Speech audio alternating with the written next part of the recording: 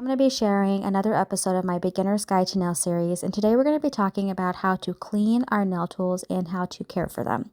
So I'm going to start off with the dotting tools here, and dotting tools are very easy to clean. You just need to clean off the dotting tool head using some nail polish remover and a cotton ball.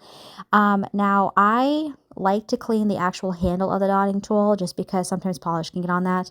You don't have to do that if you don't want to. It's mostly just for you know, making them look nice, but this is not crucial.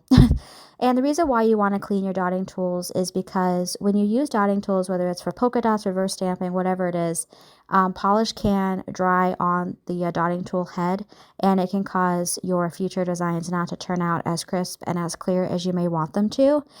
So you want to make sure that you are keeping those really nice and clean. So I'm going to be the first one to admit that I do not clean my nail tools as often as I probably should.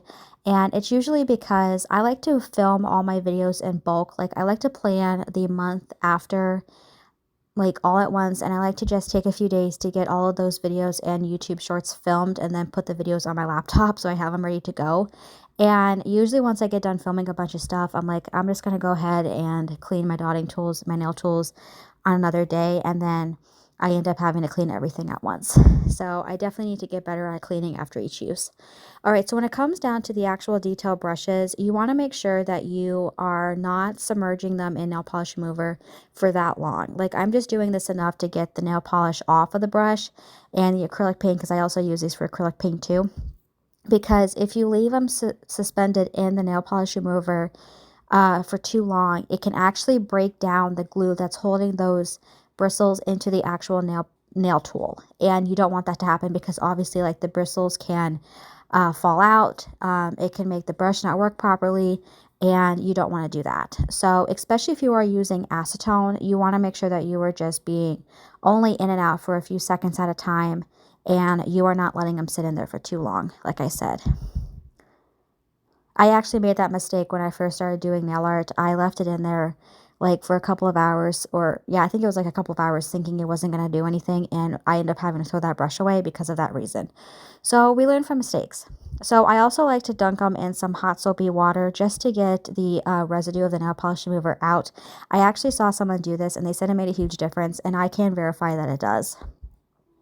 And then once I get them rinsed off, I'm going to go ahead and put them into just some regular water with no soap to get the extra soap out of it. And then one thing I also saw someone do on the internet, which I thought was quite interesting, but I also can verify that this does make a difference, is you can actually swish your brush around in some cuticle oil, because it keeps the brush really soft and more pliable.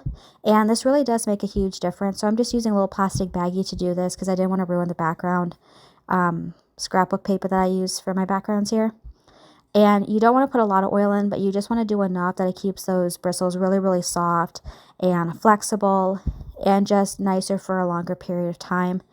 And yeah, this really does make a huge difference, like I said. So I hope that this video in this Beginner's Guide to Nail series was helpful. And yeah, so that is it for today's video.